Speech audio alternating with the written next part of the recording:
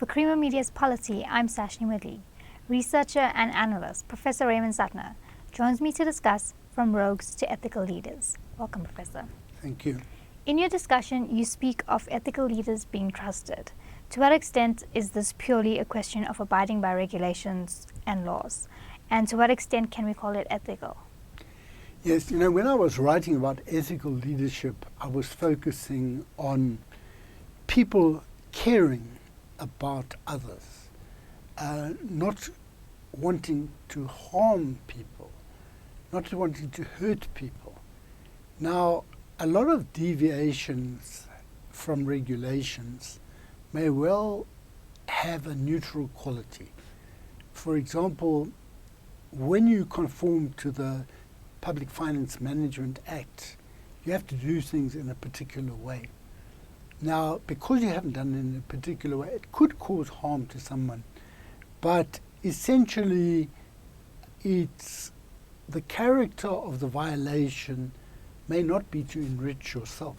It may well just be that you're taking a shortcut or something like that. And I think there is a lot of irregularity in South Africa.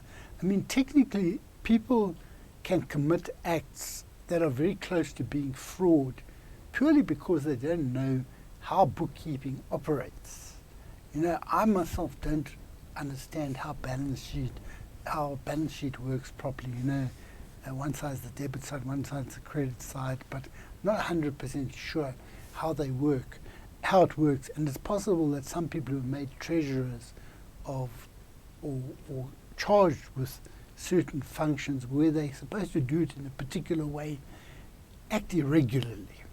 Now, acting irregularly or acting regularly does not necessarily mean that you're acting ethically in a moral sense of the word. Now, the legal profession, for example, has a lot of ethical rules. Now, in the legal profession, some of those rules, in my view, do not coincide with my sense of ethics. Now, I'm a qualified advocate, but I've not really practiced. But what the rule says, if someone approaches you to take their case, you must accept it. You can't say, no, I don't defend rapists, see?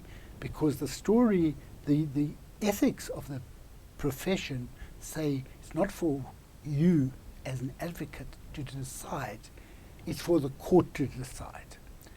Now, in practice, you will find that in the struggle, people who were charged never got lawyers who were right-wing. We used to go for the George Bezoses and people like this who we knew defended we could rely on. Just as the Boeremag got Kemp J. Kemp. Now, it's interesting that Kemp J. Kemp has now become Zuma's lawyer. So what I'm saying is some ethics like that of the legal profession, you can abide by. Let's say you defend anyone because it's not up to you to decide, it's for the court to decide. But that's not, that's based on your ethics as a lawyer. Ethics as a lawyer may conflict with your ethics as a human being because you believe this person that you are defending is actually guilty. If he says to you, I didn't kill the person, you actually have to, unless you're presented with evidence that's irrefutable, and then you can say there's a conflict between my instructions and what I see, but unless you have that, you really have to carry out what the person wants. Now, it's the same with the legal profession. There is not necessarily an ethic, with the civil service or with being a minister, there's not necessarily an ethical component. It's just a way you have to do things. But what I was trying to say is that these irregularities, we pay a price for them. You don't do things properly, and the civil service can't run properly. But that is not the same. To conform to that is not the type of ethical leadership with which I was concerned. Now, in your article, you go beyond formalistic regulations. You are speaking mainly of a different type of ethics concerned for the well-being of others. How do we cultivate that type of ethics? Yes, it's very hard to cultivate those sort of ethics. And I would go to small-scale relationships.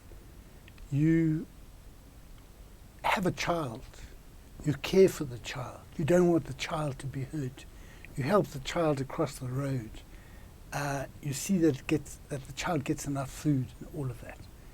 Now, similarly, at a certain point of some people's lives, they see something happening to black people, and they say to themselves, this is not right, and they may just keep it as a cerebral, intellectual thing.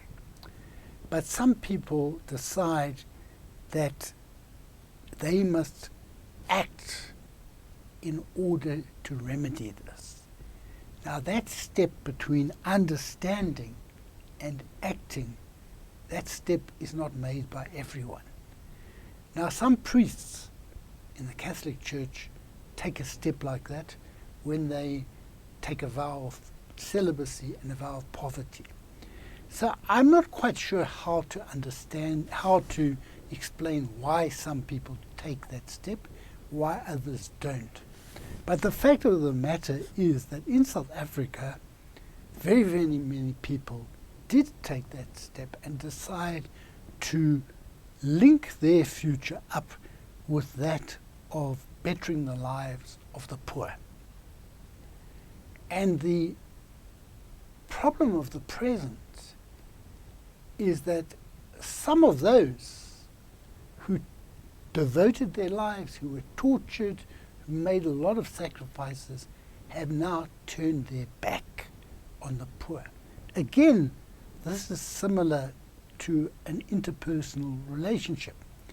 You get married at one point and your life means this, that and the other. Or you meet on the French Riviera, everything is idyllic. You then go and work for Creamer Media, and it's not quite the same as the French Riviera, and the relationship is put under strain. Now, what happens in South Africa is that people made these sacrifices in a time when all they had to look forward to in the present or in the order of the time was continued oppression. When 1990 and 1994 happened, certain other opportunities opened, and people tried to find ways of improving their own lives, but to improve that of their grandparents, their parents, and so on. And some opportunities arose which were illegitimate and illegal, and they may have rationalized it at first and saying, well, I'm doing this for my family. But once you get into a relationship which is corrupt, someone knows about it. And even if you turn back, that person can blackmail you and say, I know about this. Now, this may be one of the things with Zuma, that he knows a lot about other people. So when Zuma goes down, he can bring others down with him. So I'm not myself, I understand that when I was involved, I was a bit romantic about the struggle. I thought that everyone had sort of pure motives and all these things, but that helped me to deal with torture, prison, things like that. Now, in a different situation, we're in a different situation now, and I continue to try to live out those beliefs. And I'm not, in consequence, I'm not offered tenders, and they know I will not accept sort of illegal tenders. And the ones who do deviate from what they've done before, in many cases, not every case, have prospered. And I'm not saying that everyone has deviated. There may be some people who act in good faith and for one or other reason still abide by the decisions of the ANC, because ANC will, these things that are problematic will come right. So I'm not sure how to make everyone into an ethical leader or to make ethical leaders, but the lines along which I'm thinking are, you have sort of well springs of goodwill in the society, that people, if they see a child about to run and across the road when the car is coming, some people intervene and stop it. Now those, we've got to build on those sorts of things, import those values into politics. Thank you, Professor. Thank you. That was Professor Raymond Suttner speaking to Creamer Media's Polity about From Rogues to Ethical Leaders.